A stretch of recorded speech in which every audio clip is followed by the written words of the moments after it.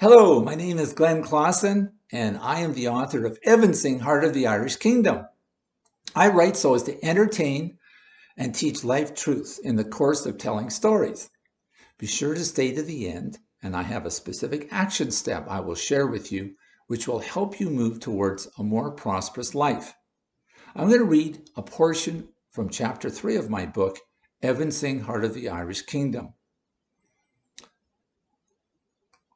Before I do, though, I'm going to just give you a brief account of what happened just prior to the reading.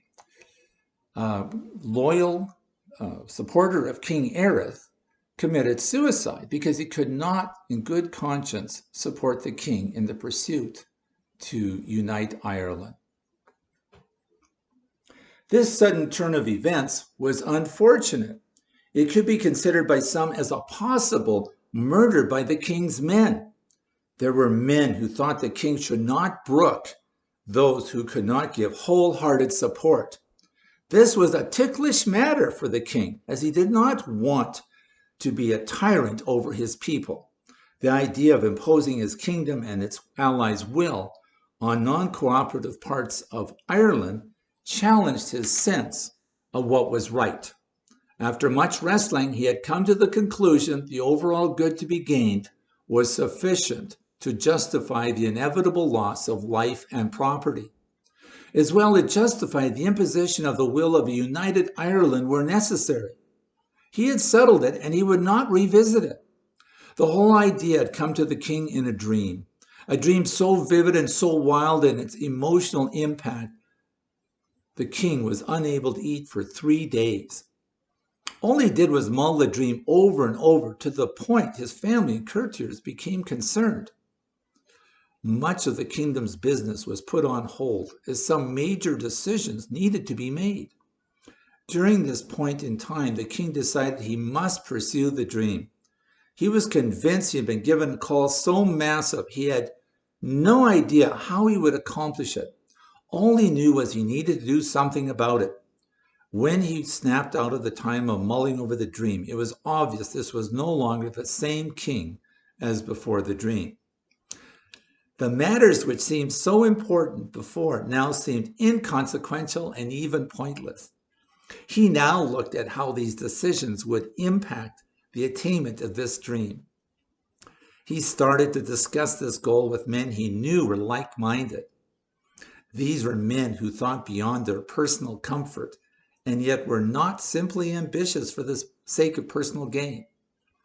They were hard to find. After 2 years of diligent effort, he had developed a network of men he figured were on the same page with him. Yet one of them could not, in the end, wholeheartedly support him. On one hand, it was good to flesh out Fenwick, and yet on the other hand, it had been so hard on Fenwick that he killed himself. As it turned out, Fenwick had left a note explaining his actions. He had been bitterly disappointed with his self-perceived lack of loyalty to his king in this most important of times.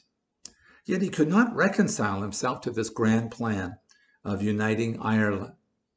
Therefore, he did as he wrote, "The only honorable act left to me is to remove myself from this life." After breakfast, as had become their daily custom, Edwin and Percival went to Edwin's quarters and talked nonstop for hours.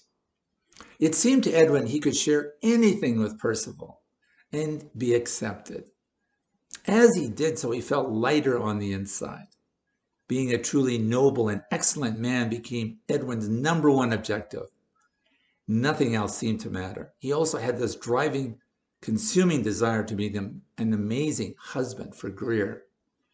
He figured the more excellent and noble he became, the better he would be for her.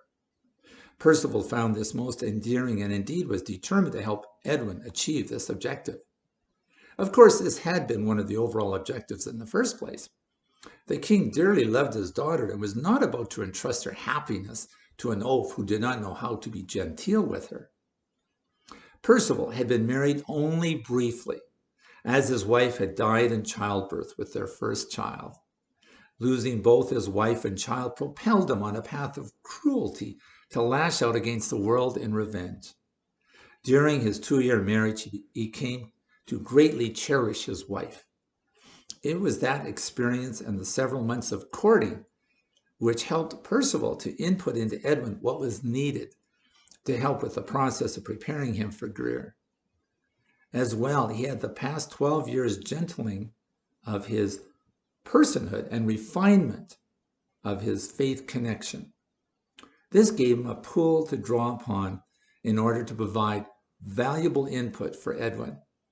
Of course, this was not only for his future marriage with Greer, but also for all the challenges which lay before him. King Erith had thoroughly wrestled with the idea of pursuing the quest to unite Ireland.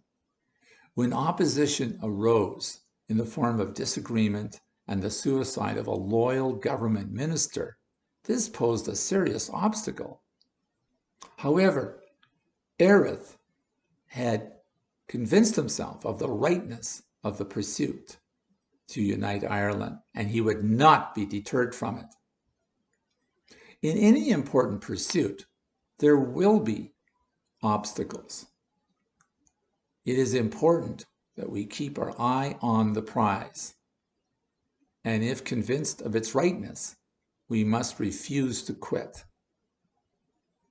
Edwin wanted to be a noble and excellent man so that he could be a most amazing husband for Greer.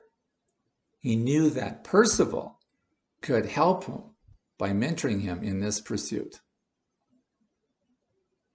Edwin had come from a very rough background and had little or no experience in seeing how a husband should treat his wife. He needed help to increase the capacity, his capacities, so as to be able to treat Greer in the right way.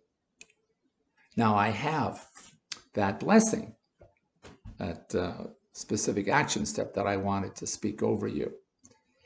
May you have conviction to stay the course, to keep doing what you know is right, even when others say you are wrong. And may you be empowered to develop yourself as an excellent and noble person. To purchase a copy of Evansing, Heart of the Irish Kingdom, click on one of the Amazon links below. Be sure to like, comment, share on social media, and subscribe to this video.